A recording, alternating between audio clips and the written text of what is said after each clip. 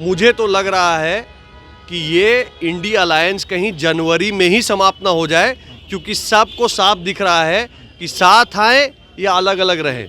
तीसरी बार लगातार बनने वाला, पूर्ण बहुमत से बनने वाला प्रधानमंत्री बनाएगी जो, और ये सामने टीएमसी वालों को आप देख लीजिए, ये तो नॉन कोऑपरेशन छोड़िए तो पथराव करवा रहे हैं। तो ये दुखद है हमारे लोकतंत्र के लिए। INDIA सीट शेयरिंग को लेकर लगातार चर्चा बनी हुई है। आखिर INDIA में जिस तरीके से संयोजक की बात बिहार के मुख्यमंत्री नीतीश कुमार को बनाए जाने की बात चल रही है, क्या मुख्यमंत्री नीतीश कुमार को ऋतुराज जी संयोजक बनाएगी INDIA के नेता, या फिर आखिर ये चिड़िया उड़ कहाँ गई? सीट शेयरिंग की बात ही नहीं हो रही है। देखिए, ये प्रश्न का जवाब तो ममता बनर्जी जी को देना चाहिए या केजरीवाल जी को देना चाहिए। उन्होंने तो खड़गे जी को प्रस्तावित कर दिया नेता के रूप में। तो अब नीतीश जी का शोषण जिस प्रकार से हो रहा है इंडिया अलायंस में, वो कष्टप्रद है। नीतीश कुमार जी ने घूम घूम के पूरे देश में सबको इकट्ठा किया और मौका आने पे उन्हीं को इस तरह से तिरस्कृत किया जा रहा है। एक बिहारी के तौर पे हमको बुरा भी लगता है, लेकिन कहीं कहीं राजनीतिक तौर पे ये भी लगता है कि शायद नीतीश कुमार से इंडिया अलायंस पल्ला झाड़ने के चक्कर में है, या नीतीश कुमार जी इंडिया अलायंस से पल्ला झाड़ने के चक्कर में है। अब हो क्या रहा है ये तो समय बताएगा। जिस तरीके से कांग्रेस भी लगातार सीट की मांग कर रही है, इधर जनता दल यूनाइटेड और आरजेडी भी अपनी सीट की मांग कर रही है, क्या लगता है आने वाले दिनों में इस सीट को लेकर जो बंटवारे हैं उसको लेकर तानातानी की स्थिति कायम होने वाली है? देखिए, जिस दिन इंडिया अलायंस बनी थी उस दिन मैंने ऑन रिकॉर्ड जाके कहा था कि ये इंडिया अलायंस जो है इसका एक्सपायरी डेट मई 2024 है। लोकसभा चुनाव के अलावा इनके पास कोई साथ में आने का कारण नहीं है। ये ऐसे दल हैं जो एक दूसरे से राज्य स्तर पे लड़ते हैं। पंजाब में आप और कांग्रेस सामने सामने लड़ते हैं।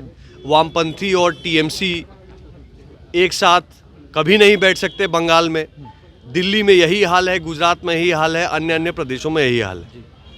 तो एक बात तो तय था कि ये लोग लोकसभा चुनाव समाप्त होते ही बिखरने वाले हैं।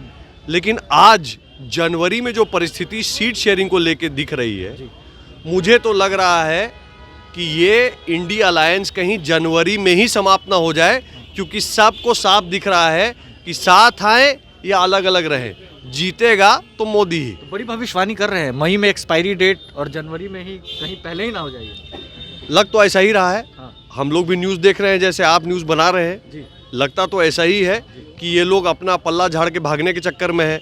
आज तक तो ये लोग नेता चुन नहीं पाए, कोई कॉमन मिनिमम प्रोग्राम या कोई नीति तय नहीं कर पाए।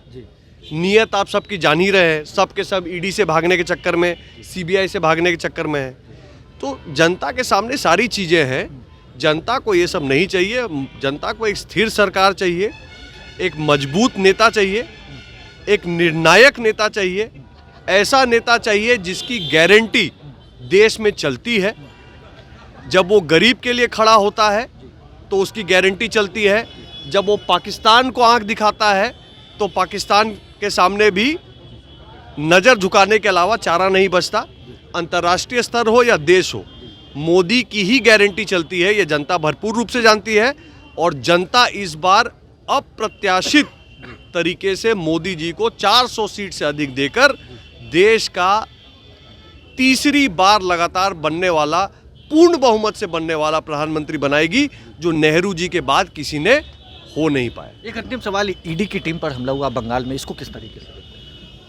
दुखद है और हमारे डेमोक्रेसी के लिए खतरनाक है। सरकारी एजेंसियों पर अटैक करना ये बिल्कुल ही अननेचुरल बात है। ये कभी सुनने में नहीं आता है। आप इसको इस प्रकार से देखें कि भारतीय जनता पार्टी के नेताओं पर भी कई बार आरोप लगने का काम हुआ है। कई बार ईडी ने उनको इंक्वायरी करने का काम किया है।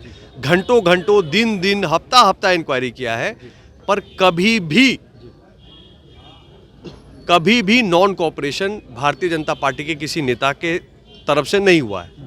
और ये सामने टीएमसी वालों को आप देख लीजिए, ये तो नॉन कोऑपरेशन छोड़िए तो पथराव करवा रहे हैं।